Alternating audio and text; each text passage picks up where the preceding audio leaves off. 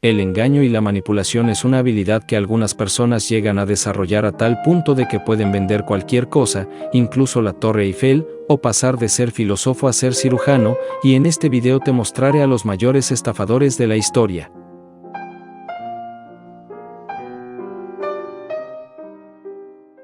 Empezamos con una persona de la cual surgió una de las estafas más famosas del mundo, pero antes de hablar de esta hay que conocer quién es la persona detrás de ella.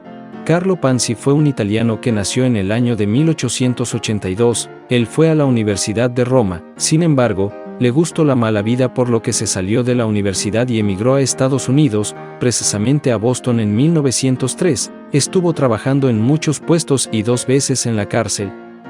En 1919 se percató que los cupones para enviar cartas a Europa costaban el doble en Estados Unidos. Con esta información creó su primera empresa llamada Security Exchange Company. En esta prometía una rentabilidad del 50% en 45 días y 100% en 90 días. Él no invertía en nada, lo que hacía era dar los rendimientos de los inversionistas con el dinero de los inversionistas más nuevos. Todo se derrumbó cuando un analista financiero llamado Clarence Barron lo descubrió, lo que provocó que los inversores lo demandaran y Carlo fuera a prisión. Cuando salió intentó hacer lo mismo en Florida, pero no le funcionó. Posteriormente fue deportado a Italia y falleció en un hospital de Río de Janeiro a causa de un derrame cerebral.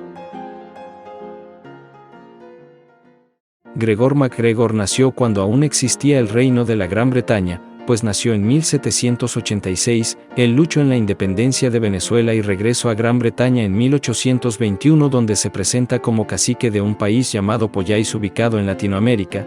Para encontrar a gente que quisiera comprar terrenos en su país, creó billetes e ilustraciones falsas incluidas en un manual, logró que 500 personas le creyeran y recaudó $30 millones.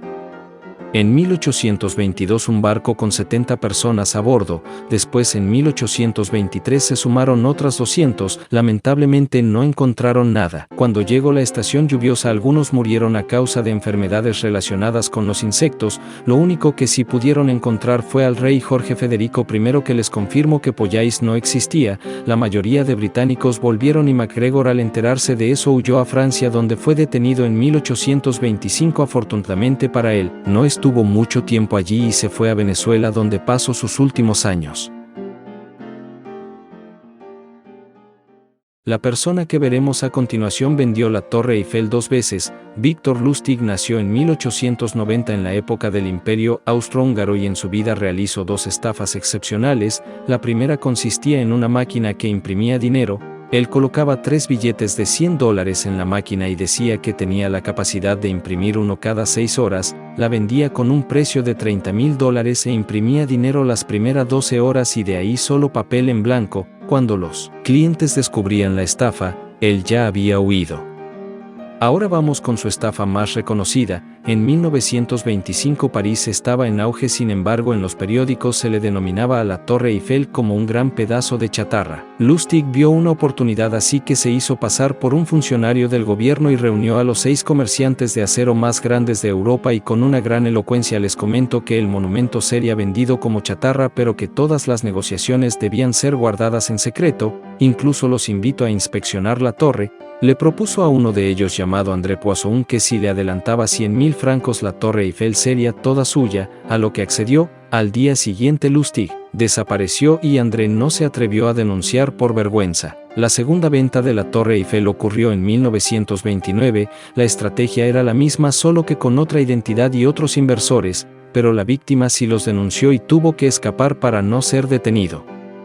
Victor Lustig se mudó a Estados Unidos, donde conoció al mismísimo Al Capone e hizo que invirtiera $50.000 en un negocio. Mantuvo el dinero en una caja fuerte y después regresó con todo el dinero a Al Capone, quien impresionado le dio $5.000.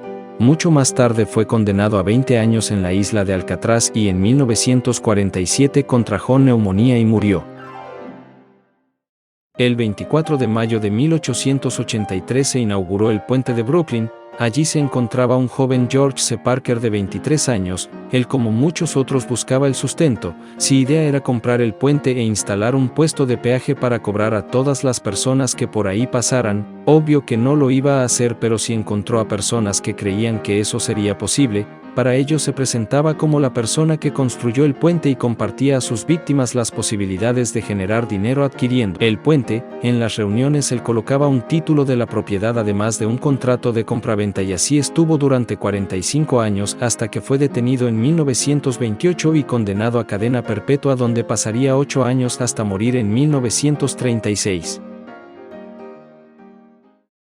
Bernard Madoff hizo la mayor estafa piramidal de la historia. Nació en el 38 en Nueva York y realmente empezó a los 22 años cuando había logrado juntar $5,000 y en 1960 creó una financiera que se dedicaba a la compra y venta de acciones. Tenía tales rendimientos que fue investigada por la Comisión de Bolsa y Valores de Estados Unidos, pero no fue hasta la recesión mundial que se descubrió su engaño, ya que los inversores dada la crisis en conjunto intentaron retirar $7 billones.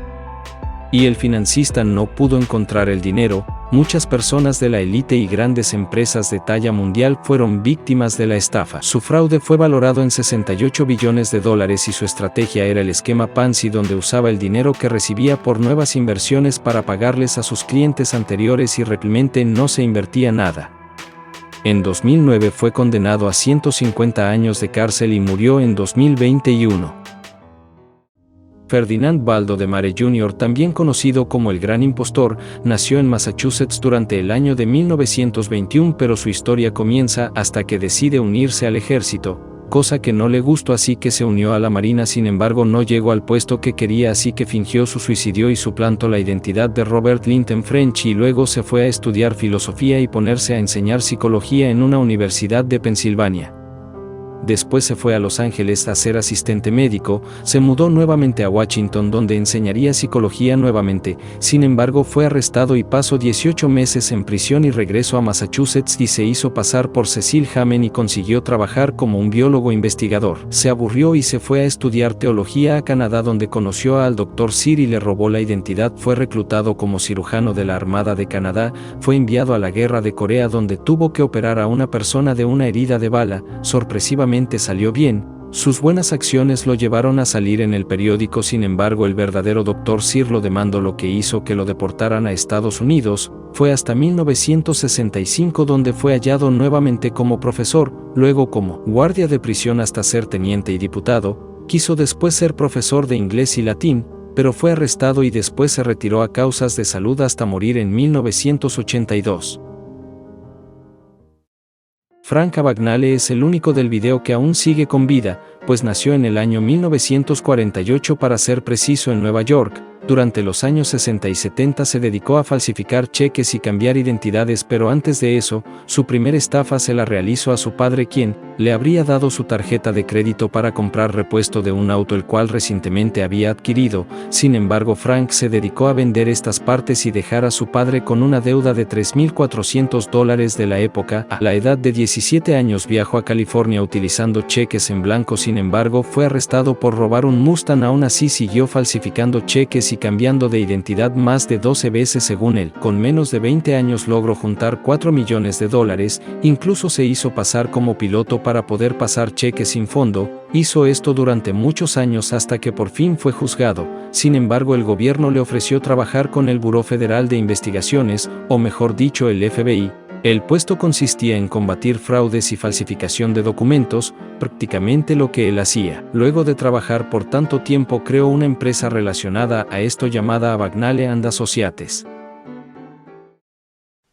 Y bien, este ha sido todo el video de hoy. Dime qué te han parecido las acciones de estas personas. ¿Crees que están justificadas? ¿Tú lo hubieras hecho? Si te ha gustado, agradecería un like.